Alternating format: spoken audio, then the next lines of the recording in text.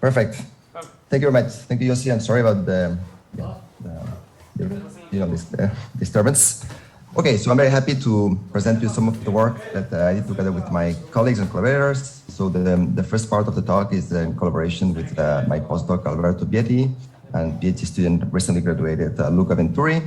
And then the second half is based on the work by my PhD student Min Chai and postdoc who is now at MIT, Ilya Zadik. All right, so the setup, the backdrop of the talk, both parts is based on this experimental revolution that we have seen in the last 10 years, where we see that deep learning now, before it used to be providing surprising results in computer vision, speech processing, translation, but now more and more we see it becoming something really serious in the sense that now people are really considering this tool as core component of doing computational science.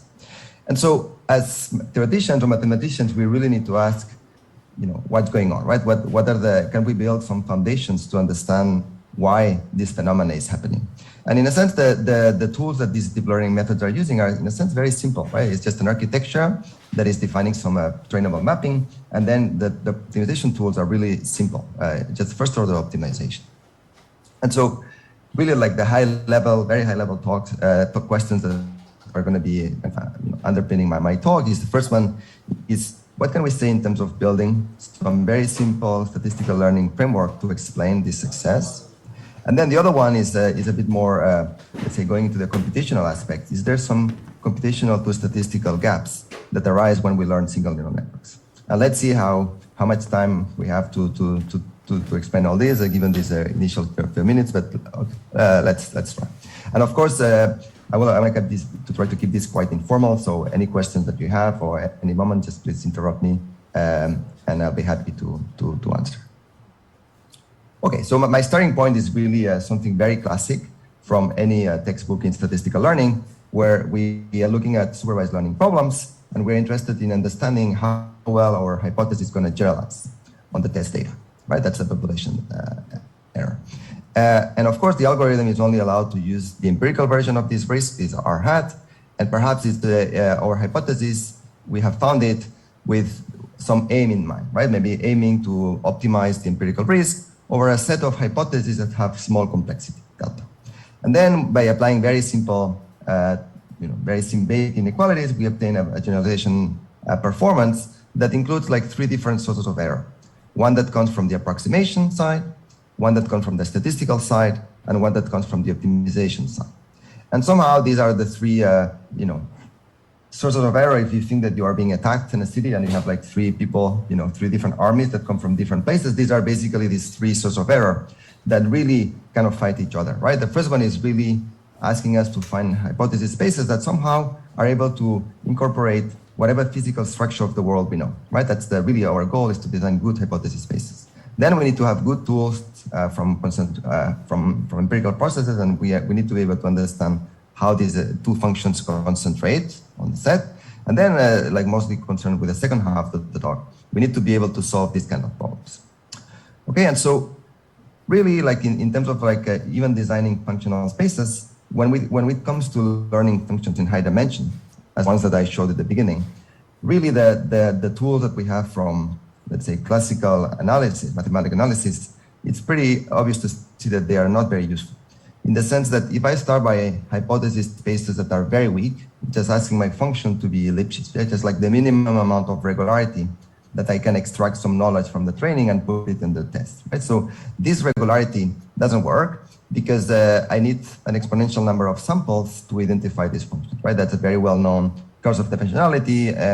And the picture here I've tried to illustrate, right? If I have some very high dimensional domain and I have just a field that is just smooth, like locally smooth, I need to grid the domain. And essentially, unless I put, one data point at every little neighborhood of the domain, I'm going to not be able to learn the function. If I put more regularity, I can do that I can do that by replacing these, like, let's say, Lipschitz spaces by something that has a bit more regularity. This is called Sobolev spaces, right? And we know that this thing is also going to be cursed, just because unless I ask the number of derivatives to be of the order of dimension, I'm still going to have the same curse of dimensionality as before, right? And remember that here, D, which is the dimension of the input, is millions, right? It's of the order of the millions of pixels. Completely useless, right? This regime is not something that is useless for us. Then more recently, like starting from the 90s, there were some authors that really tried to understand how can we go beyond this kind of classical framework and introduce the interesting spaces. These are called like Baron spaces or variation norm spaces. So these are typically the spaces that are break the course of dimensionality, but at the expense of making a very strong assumption, right? Like if you look at the Fourier transform of the hypothesis, and if you don't know what this corresponds to, it doesn't matter. It's not going to be the focus of my talk.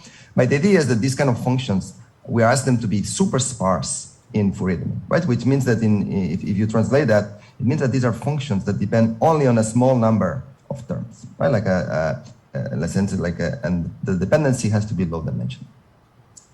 So in general, what I'm asking here is, can we use a little bit more physical information for the problem, right? To basically get beyond this roadblock, right? That either the spaces are too big, in the sense that I need too many data points, or the spaces are too small, in the sense that I need hypotheses that are maybe a bit not very realistic in practice. And we are going to first try to see how this plays with just using kernel methods, which are maybe like a starting point if you want to understand something more complicated. So what are these hypotheses or geometric function classes that I'm talking about? And really the motivation is this kind of phenomenon that you have seen. Of course, you can see it in videos, but you see it in real life, right? This idea that I can have target functions. For example, here, the target function could be whether in the picture I see some painting or not. And this function is smooth, right? Has like smoothness along transformations that are known, right? And here in particular, these transformations, they are easily defined because these input functions are themselves signals on a low dimensional grid, right? In that case, it's the two dimensional grid, right? So in this particular case, I can define deformations, like changes of variables in this two-dimensional grid. And these deformations define, when I leave them into the high-dimensional space, they define directions in which the function doesn't change. And I know this direction, right? So the question is, can I leverage this information? And what is the easiest way to do it? Okay, so here for this, we are going to take a very simple, simple setup. So we are going to consider just the problem of regression, where the input data is just going to be uniform data on the sphere, right? So these are basically high images that have unit energy. And we are going to consider that there's a target function, f star, that is observed with some noise. So that's very, very classic setting of high-dimensional regression. And our goal, our objective is really to understand generalization error, right, in the classical sense, in the L2 sense. And for that, we are going to start with a basic Hilbert's decomposition of this space of inputs, which is given by the spherical harmonics, right, which are like a very natural generalization of Fourier transform, Fourier analysis in the unit sphere. So with this spherical harmonic decomposition, I can take any function that is a square integrable and express it as a sum of simple functions. In that case, are harmonic polynomials. And these harmonic polynomials are organized into different harmonics. Think about this as different frequencies, right? Like k corresponds to increasing the frequency, and then at each frequency, I have different families of polynomials. And these families of polynomials are well understood. These are the spherical harmonics, and they come with all the things that you could expect from bases in L2, right? That's a Pythagoras theorem. So of course, this space is huge. So how can we actually learn efficiently amongst that space? So we use again a very classical tool that is introducing a kernel. In that case, the kernel is just a correlation kernel or a dot product kernel, which does the follows. So the kernel just defines a space of functions, right? So these are what I write here, where now they really look the same as the original L2. The only difference, right, is that now I'm asking the coefficients to be square integrable relative to these weights, right? And so these weights are what the new structure that I introduced, right? So these weights are going to decay to zero very quickly. So this is going to impose much faster decay on the coefficients alpha, right? So the norm in the RKHS is again this weighted L2 norm. And these weights that are basically the essence of the model, they are really determined by some, so they depend directly on the smoothness of this activation function kappa. right? And so this is very classic, and this is you can think about this as some kind of a decomposition over a family of polynomials. In that case, these are what's called the Gegenbauer polynomials. Doesn't really matter, right? The key point here on this slide is that you can learn this kind of problem, you can approach this problem by defining a corresponding space of L2 function, right? It is this RKHS. All right. So now we are going to try to see how we put invariance or geometric invariance into this framework. And so here we assume again that the functions are defined over a discrete domain omega. Think about the omega as the set of pixels. So I have d pixels. And now I'm going to define transformations in that domain that is, in a sense, trying to model geometric transformations. So we are just going to model the fact that we can take some pixels and move them around. So you can move them, you can model things, for example, like rotating the domain, translating the domain, etc. Think about this. So a permutation over the elements defines a linear representation, which is just taking your input, that is like this unit norm d-dimensional vector, and multiplying it by the permutation matrix, right? That's the action of the group in that representation. All right. And so now we are going to consider a subset of the permutation group. So think about if you want as a subgroup, but it doesn't necessarily need to be a subgroup. So take a subset of permutations. And then we define the smoothing operator, which is the only thing that you can imagine, that is take your hypothesis F and replace it by the average along the orbits of the group. Okay, so more pictorially, you take your hypothesis, whatever you're trying to learn, and instead of, so you take the orbit of the group, which means that you take this image and apply all the possible like rotations of the image, and then you replace your hypothesis by the average over the orbit. That's what this operator is doing. And so very naturally, you can verify that now an invariant function is a function that is fixed by this operator, that is left invariant, doesn't change if you apply this operator. And you can also define a more like a natural extension of invariance, which is just stability. Think about this operator as really producing a low-pass version, like it's going to produce some hypothesis that is going to be very smooth along that subset. Right? And so if you take a hypothesis that is in the range of this operator, that's what we call a stable function. Any questions about this setup? Just want to make sure that this concept is clear. Okay. All right. So this is a very nice paper from this year from Songmei, Teodor Sienkiewicz, and Andrea Montanari. They really initiated the study of invariant functions using this notion of invariant kernels. And so the first observation that is really direct is that this smoothing operator leaves all the spherical harmonics invariant, in the sense like the space of harmonics. Basically, if I look at the space of all spherical harmonics of a fixed degree, and I apply the smoothing operator, I get also spherical harmonic of the same degree, right? So the smoothing operator is stable, that leaves each of these harmonic spaces invariant. Not only that, we have a very natural, I think my video just cut out. Okay, apologies. Camera starting. Well, I guess I can continue. Just let me.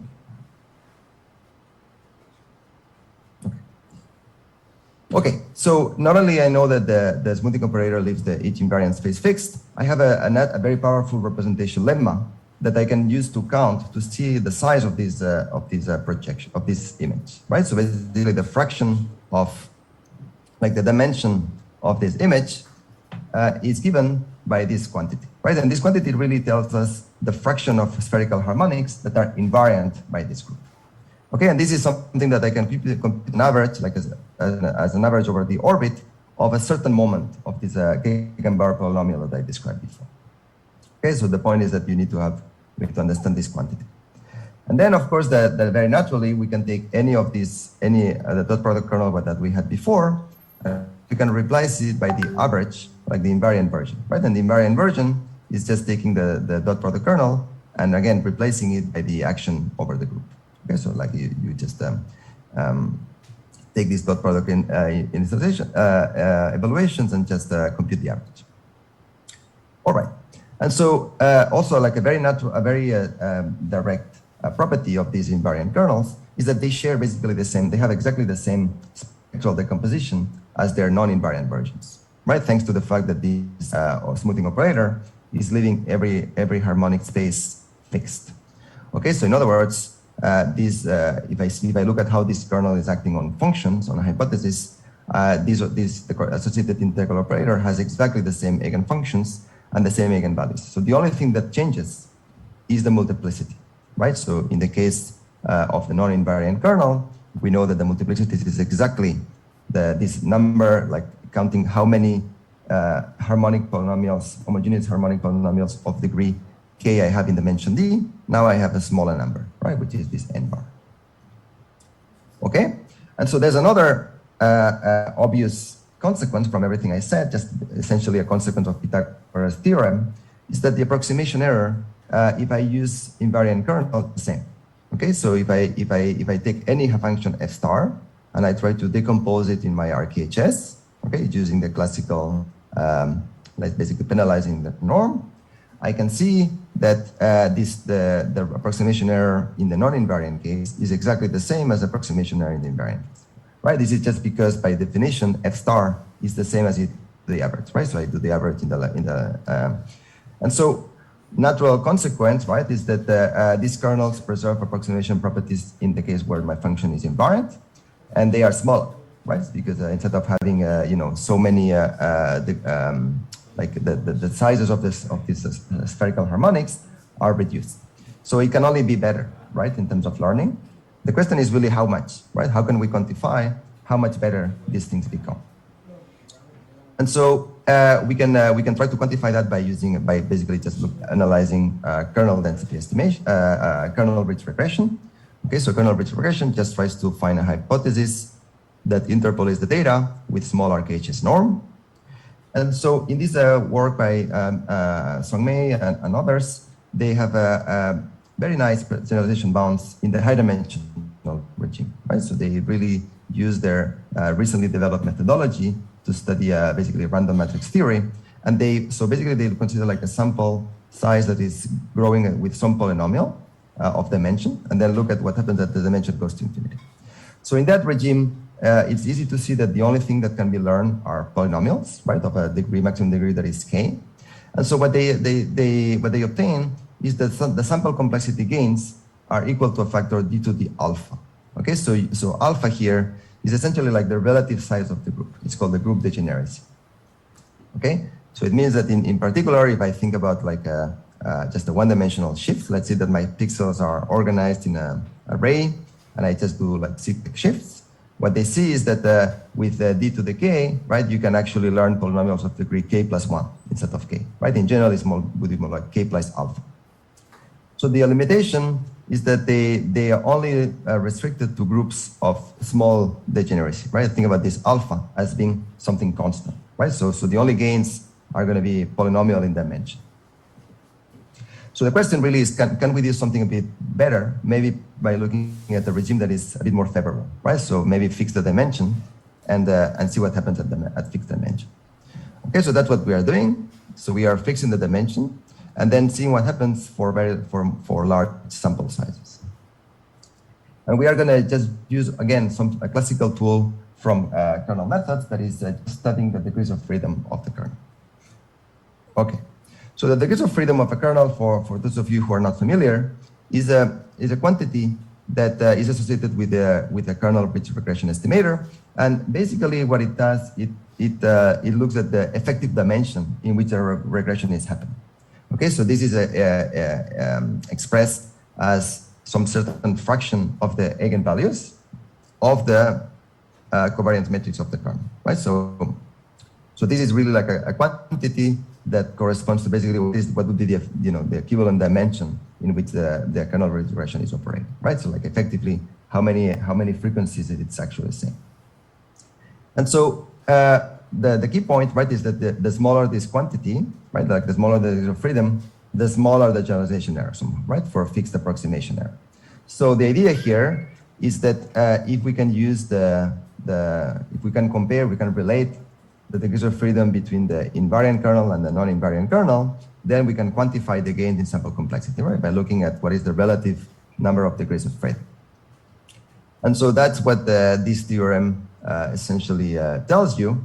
You don't need to decode so much the notation here, but here we are following the classical analysis based on something that is called the source and capacity condition. Okay, so the source condition, so the capacity condition relates to the decay of these eigenvalues, right? So it's something that depends on how we choose this dot product kernel.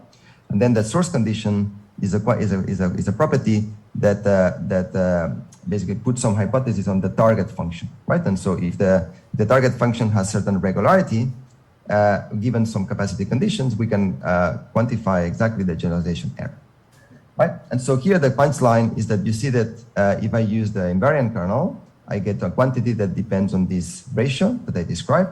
And if you use the non-invariant kernel, you get exactly the same constant, but you don't get this ratio, right? You get one. So what does it mean? What does this thing actually mean? So what it means is that if you think that this quantity here, think about these ansatz for now. I'm going to show later, but think about this quantity as behaving something of this form, right? So as a function of this, it has an argument that will grow larger the more data points I have. But think about this quantity, this function, as being something that has like a constant term, nu0, plus something that decays at a certain rate, right? So like something that goes bigger effect to L with some exponent minus beta. So if I plug these ansatz in my bound, I get that the bound, right, like the gains really have like a maximum obtainable gain that is nu0.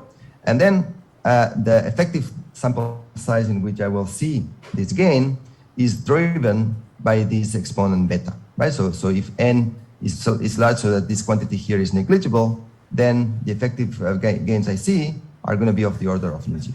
Okay, so the punchline here is that now if we study a certain group, we need to be able to compute these two quantities, nu0 and beta, right? Nu0 is going to tell us what is the best we can hope for in terms of gains of sample complexity, and beta is going to tell us how large are the sample size before we can actually perceive these gains.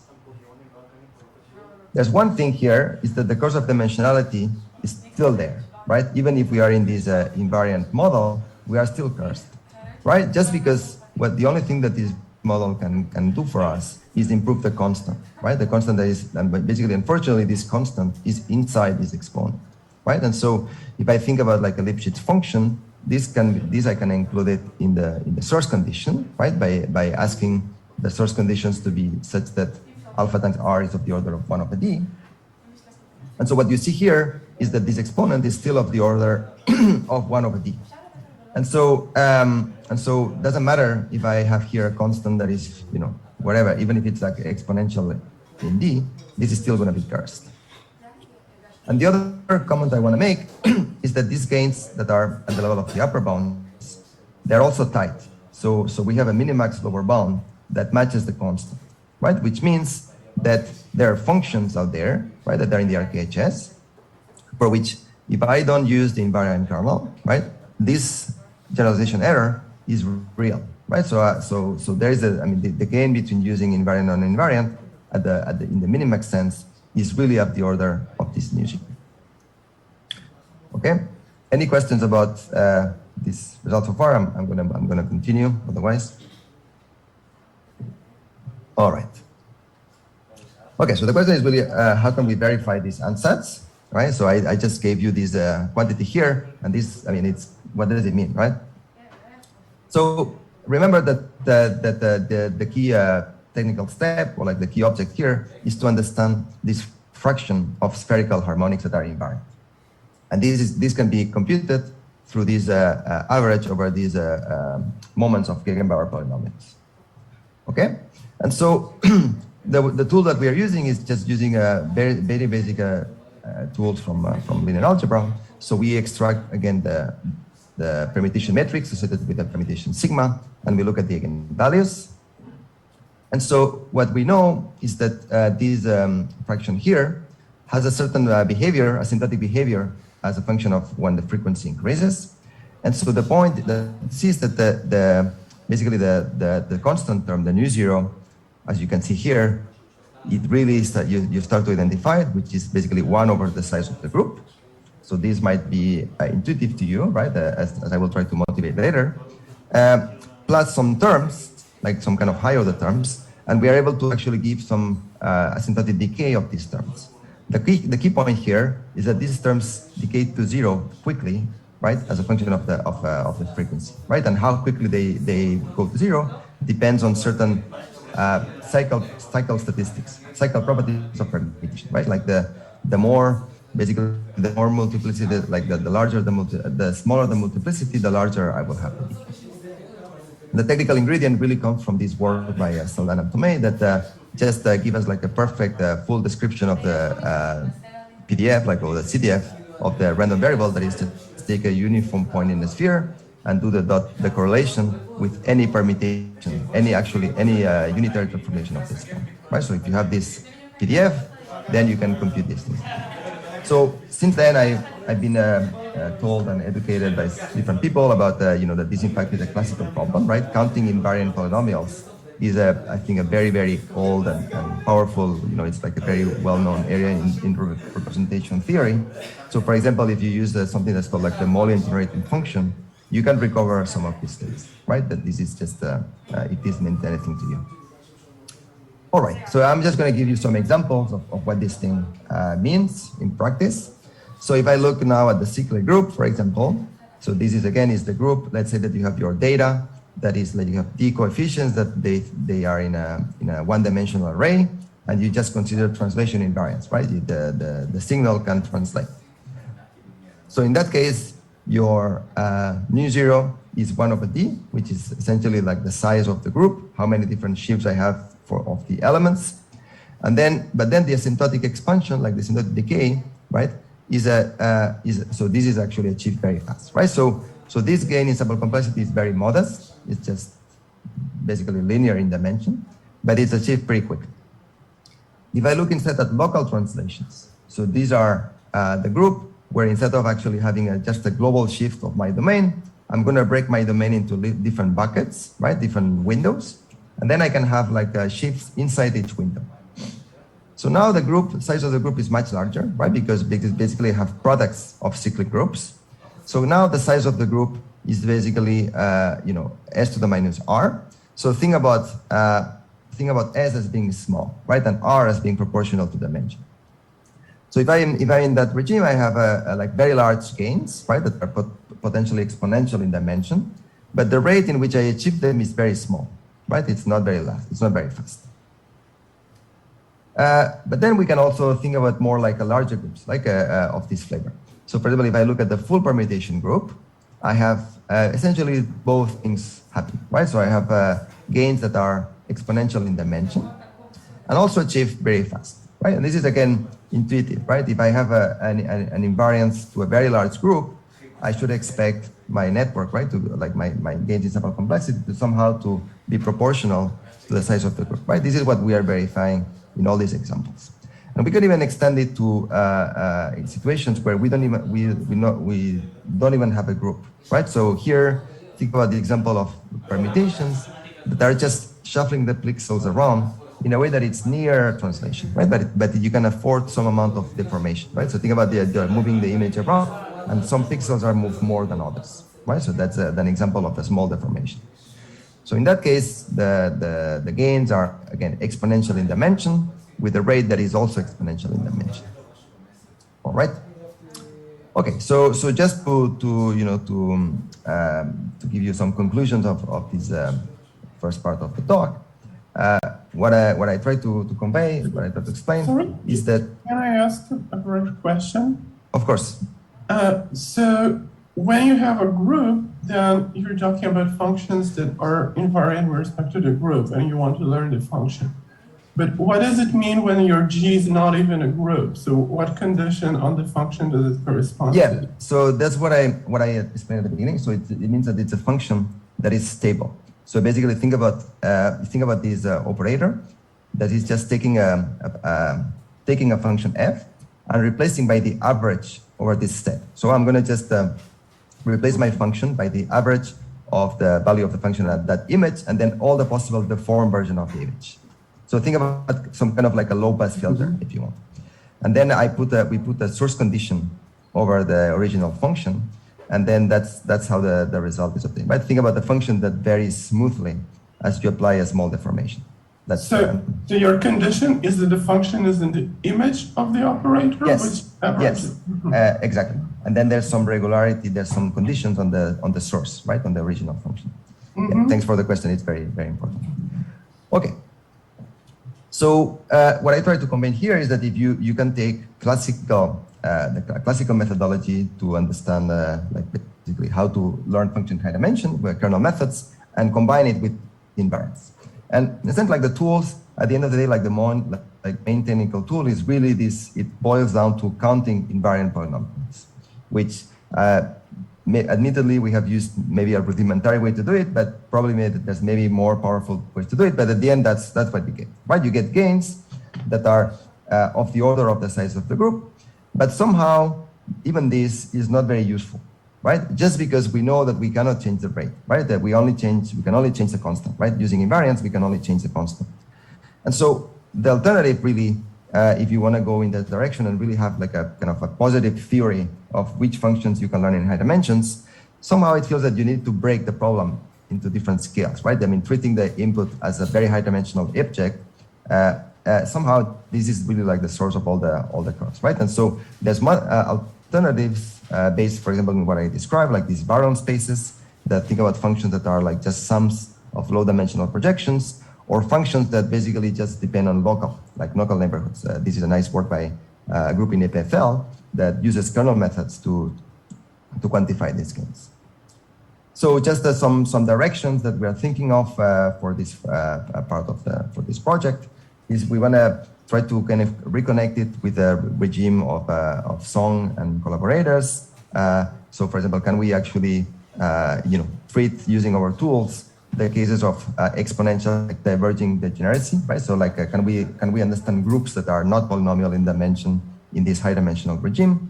And then of course, the holy grail in this direction is really how to combine this like invariance with this prior of scale separation, right? Like this idea that you can separate your hypothesis into like functions at different scales.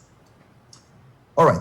So, okay, so if there's no more questions, maybe I can also like defer the questions at the end, whatever you want. I'm gonna now switch gears and tell you a little bit about the second snippet of using a data structure, which involves optimization. Okay, so if there's something that you wanted to like take home from the first part, right, is that data structure, we can use it to create hypothesis spaces that are kind of more adapted to the target function that we want. Right, so now the thing here is what happens with optimization. And so just to, again, remind you like the setup, just very, very simple. For those of you who are not familiar with optimization in the context of machine learning. So the setup is that I have some hypothesis space. I can define a risk functional. It can be either the population, like the empirical. And so this risk functional is a priori going to be convex in the space of functions, in the hypothesis space. But of course, the problem is that many of these interesting hypothesis spaces are going to be parameterized by a nonlinear mapping, right? For example, a neural network.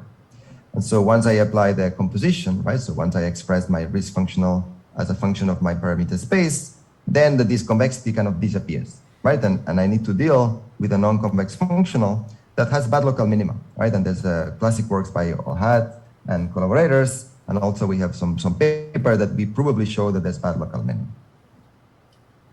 So question really is that even if we now like look at very, very simple architectures, for example, simple hidden layer neural networks, what kind of guarantees we can determine, right? What are the guarantees that one can obtain in this problem? Just I'm willing to make my neural network as simple as it takes to get some kind of understanding, very precise understanding of when this problem can be solved. So there's one theme that is interesting that has actually been quite influential in the field in the last years. That is really this theme of overparameterization. Okay, so overparameterization in this context of a single hidden layer neural network really consist in considering hypotheses that are obtained as the average of very, very large number of neurons, right? So think about like my target is really like the average of these little functions phi, and these functions phi are, think about them as just a reach function, like a value activation, let's say. And so if I look at this function, I can do something quite natural, which is to look at this function as basically as a sum in terms of like particles, right? I can put one particle per neuron, and I can see this function as somehow something that depends on the aggregate, like it's like kind of our average of functions. It's like something that depends on the particles, right? So I can change perspective, and if I see, so people who study statistical mechanics are used to studying systems that have many particles, right? So as I have more and more neurons, I have a system that has more and more particles. So I can take a different perspective, that is, I can take the Eulerian perspective, right? So what is the Eulerian perspective? Is just to replace the Lagrangians, right? Like the position of the particles. I can replace them by the density, right? By just what is the empirical density of the particle of the system, right? I'm just put a little Dirac mass at the location of every particle. So now if I introduce this object, I can express my hypothesis again as something that is linear with respect to the measure, right? So now I have a linear dependency between my object and the target function, which means that now I can go back to my laws and recover the convexity I told, right? So now I have something that becomes convex again. But of course, the learning dynamics, right, in this object are a bit more tricky than in the original domain, right? Just because here we have to deal with probability measures, and the natural ways in these measures move, right, is by by moving the positions, right? This corresponds to what's called the Wasserstein metric. So the point is that as the number of neurons goes to infinity, we can really inherit the nice properties of this objective function in the space of like an infinite number of neurons. We can inherit them in the case where you have these empirical measures, and this is really what's called the Minfield description. Okay, and so the point is really that there's this kind of formal translation, and in that domain, right, you have convexity, right? You have many other problems, but thanks to the convexity, you can maybe tell something about the optimization, right? You can say that, okay, the optimization is in some limit is going to converge. But the problem is that the convergence, right, this is really non-quantitative, right? In the sense that the number of neurons I need to be able to claim this global convergence really has a very, very bad behavior and dimension, right? If you think about what this field here corresponds to, think about like this, the measure, right? The initial distribution of measure that gives you this global convergence. So if I want to recover these global convergence guarantees in the case where I have a neural network, right, with a finite number of neurons, I need to grid the domain again, right? I need to put as many neurons as to cover the original domain, right? And this really scales again exponentially in dimension, right? This is very nicely expressed in this work by Leonid Shiza. So really, the question is really, is there some inherent computational hardness associated with these kind of problems, right? I mean, here we are just treating the problem very generally, so we are not able to, to make any progress in terms of understanding computational hardness. And so here we are now going to look at a hardness that is specific to certain choices of architecture, right? Even now we are even going to just focus on single neuron, right? And as you will see, this problem is already quite complex. Okay, and so for example, if I look at the problem of learning a single neuron, if I just study this problem in the framework of just restricting algorithms, right? So just studying, for example, how gradient descent would work, or like a very restricted class of algorithms would work, we already have negative results very quickly. So Ohad has this very nice paper that studies the problem of learning a single neuron, where the activation function is a certain periodic function, right, like a cosine, right? And the optimization landscape of this function really looks like something like this, right? You have really like an energy landscape where essentially everything becomes very flat, right? So gradient descent cannot make any progress because anywhere you initialize it, it's going to look at the landscape that is really flat, right? So first, like local information, it cannot make progress in learning this function. And more generally, this is an instance of a more general phenomenon, right? Is that if I look at, and this is really a phenomenon that is captured quite nicely by this framework of statistical query, right? So statistical queries are a class of learning algorithms, if you want, that restrict what the learner can do. And the learner can extract information from the target function through noisy moments, right? It can choose like test functions, and the oracle gives back some expectation with respect to the data with some adversarial noise. Okay, and so there's many authors. So this framework was initiated by Kearns, but then there's many authors that really leverage this framework to obtain computational lower bounds for learning certain classes of neural networks, right? Including this kind of simple neurons, but also more general. About average case? Yeah, so this is an average case over a certain class, right? So basically here, for example, I would say, the choice of the direction doesn't matter, right? So like for any direction, I'm going to have a hard problem. Okay. And so I guess that here what I'm trying to express is that there's a certain things you can say about, there's certain hints that learning neural networks can be hard in some cases, because we know that the gradient-based methods, or more general like SQ methods, have a lot of trouble, right? I can create hypothesis spaces, right? The target classes where these algorithms do not work. So the question is really, does this thing extend to any polynomial time algorithm, right? Can we actually understand this problem is really hard, right? In the sense that not only these algorithms are going to fail, but any algorithm is going to fail. And so this is really the work that I did in collaboration with Minjai and Cornelius. And so here we are really looking at the problem inspired mostly by the work of Ohad, Shamir, on just the problem of, again, learning a single neuron. So this is just a single neuron whose activation function happens to be a cosine, like something that this periodic oscillates. And we wanna learn it in the simplest possible regime, which is I have some input data that is Gaussian, and I have some targets that where I have some noise. And so the parameters of the problem is that, again, this direction can be hidden, any direction that is in the unit sphere. And here I put the frequency to be of the order of square root of t, right? And I can maybe describe later why this happens here. Okay, and so this problem, because the signal, if you want, has, let's say, signal 1, right? Like cosine is normalized to be like of amplitude of order 1. The signal to noise ratio is driven by the amount of noise, right? Like the inverse of beta is it gives you like an indication of how much noise there is by relative to the amount of signal. And so here what we are able to obtain is a pretty, in a sense of like a fairly interesting computational landscape that basically says that depending on the amount of noise that you have, or depending on the amount of signal to noise that you have, this problem undergoes different regimes, right?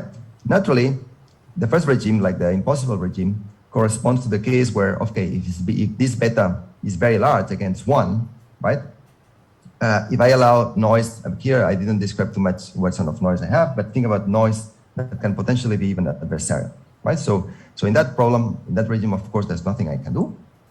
Then there's a regime of noise where we actually are able to show that this problem can be solved statistically, information theoretically, there is enough information to solve it.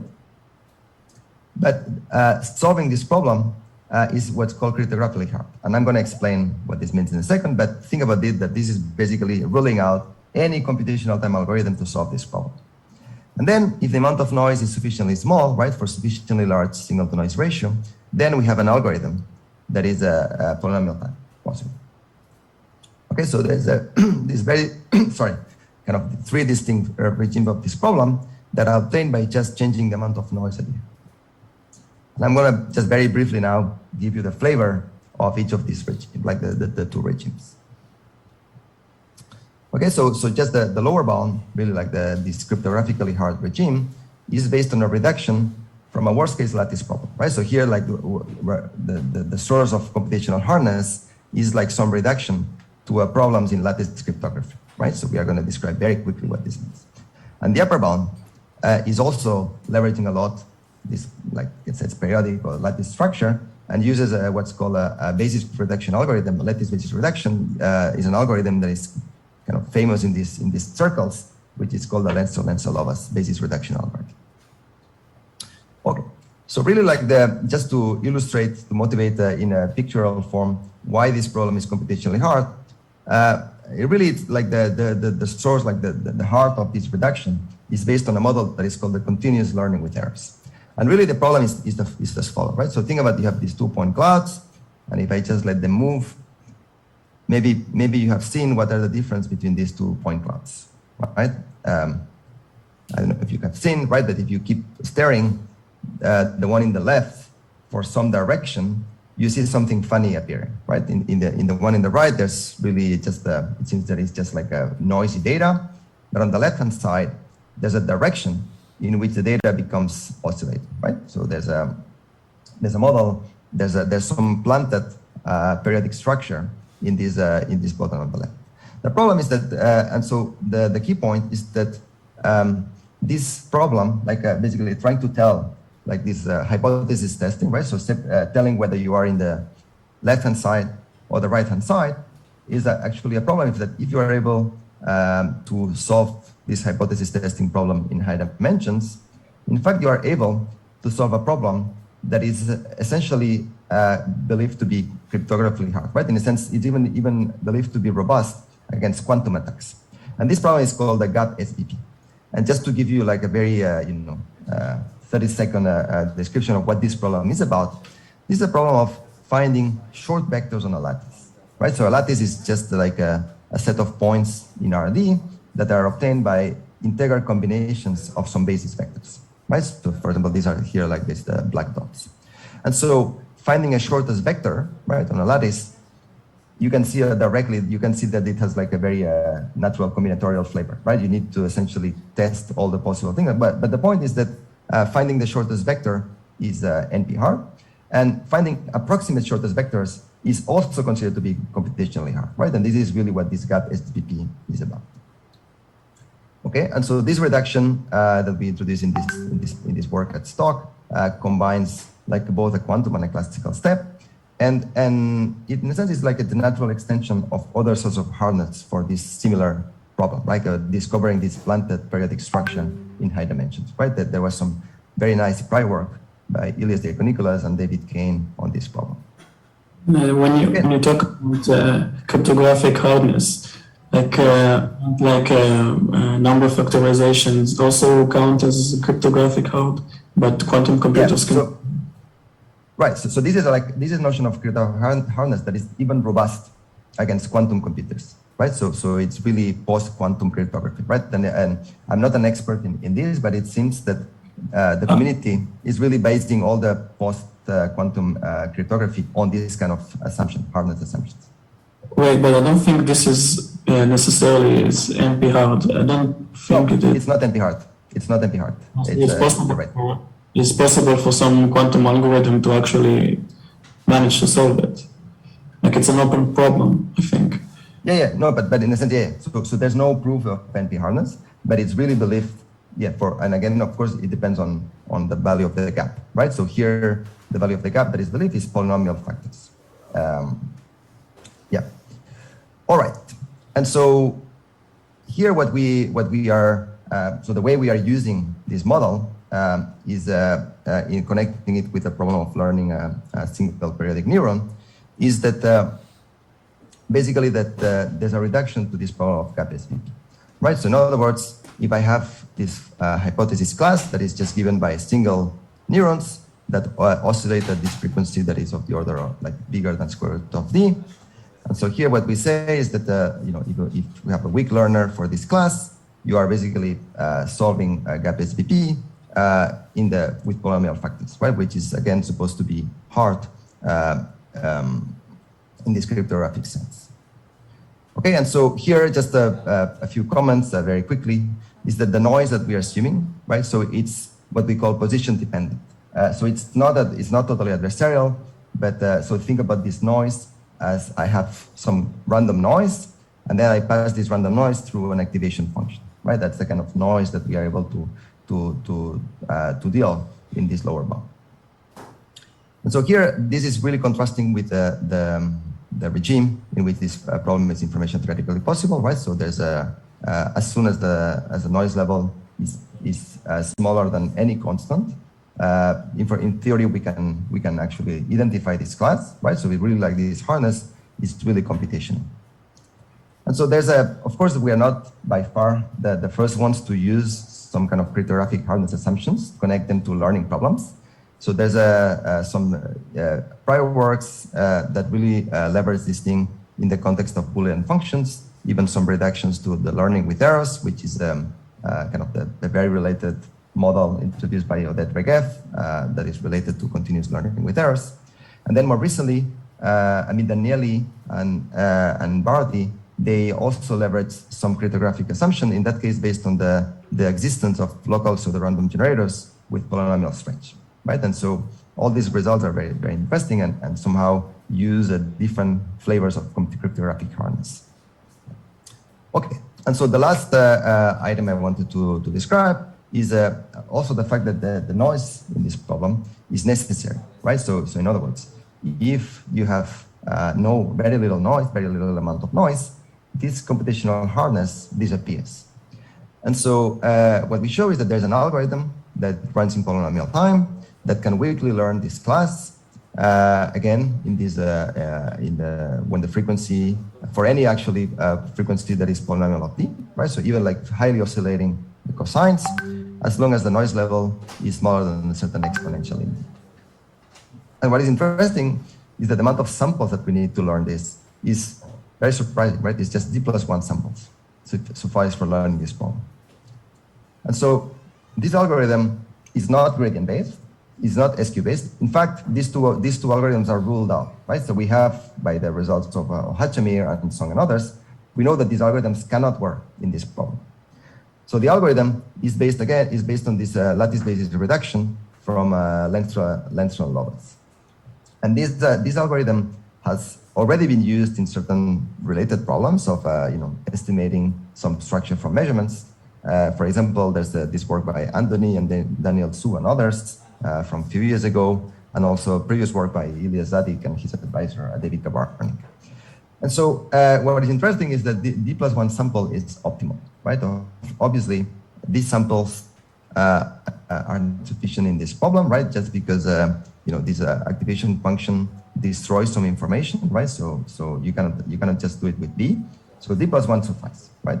And in fact, if you replace the cosine activation function by an absolute value, you get what's called the phase retrieval problem. And in that case, this algorithm gives you, again, the optimal sample complexity, right? So this algorithm, in a sense, is solving phase recovery in a way that is optimal in the context of sample complexity. It's not optimal for any practical reasons, for any practical purposes, because running LLL is very expensive, right? It's much more expensive than, for example, running gradient descent or belief propagation or these other algorithms. All right, and so here what it says is that, of course, by planting this kind of a periodic, by looking at these periodic neurons, we have made the problem very hard, right? And so, of course, what this points at is that if I want to get any kind of guarantee, I need to maybe make the problem easier somewhat, right? I need to put a bit more structure into the problem. And so leveraging the smoothness of the activation function, this is what really gives us enabling positive results, right? And there's a very interesting, thread of work. And here, of course, I'm not hoping to be exhaustive, but just to show you some examples, right? Is that there's even like starting from the work by Sam Kakade, and I think that Ohad Shamir was also in this original paper, where if you have some single neuron problem with some smoothness, you have algorithms that are efficient, right? That can learn. And there's a very long line of work. And to me, the way I like to think about this is that if you have an activation function that is smooth, right, you can basically kind of mollify the landscape, right? Like the places where the algorithm can get stuck somehow can disappear, right? And so the takeaway really in this thing is that if you want to really get away from distribution-specific hardness, you need to put some assumptions in the target function, right? Which I think is good because many of the problems in practice have that sort of smoothness in high dimensions. So these are basically everything I wanted to say. So I'm just gonna wrap it up here. So I describe a little bit like the effect of high dimensional learning from the statistical sense that try to convince you that if I just use priors from invariance, these are not going to be sufficient, right? So invariance alone cannot break the course of dimensionality. So you need to combine it with some other hypothesis, maybe that the function can be broken into interactions at different scales. And then I'll talk a little bit about the computational aspects, right? Like that there's also inherent computational hardness of learning functions in high dimension. And so even if you take architecture that are very, very, very simple, just a single neuron, you can already construct a problem that is computationally hard. So, and also like something a bit more for the fun of it, right, is that, of course, the gradient descent is the de facto algorithm that everyone thinks about when training neural networks. So here there's a separation, right, between gradient-based and polynomial time algorithms, right? Of course, we have to look for a very pathological function, but there are cases, right, where gradient descent is probably not the optimal algorithm amongst the polynomial class. And again, really like leveraging the smoothness of the target function, I think is a theme that is obviously necessary in the context of shallow learning, but also beyond, right? There's this nice recent work by Enrique Bosch and Emmanuel Abe, where they use also like this notion of smoothness to understand when the depth can be used. So with that, I'll just thank you very much for listening, and here are the two references of the works. And of course, I don't know if there's time, but I'm happy to take questions.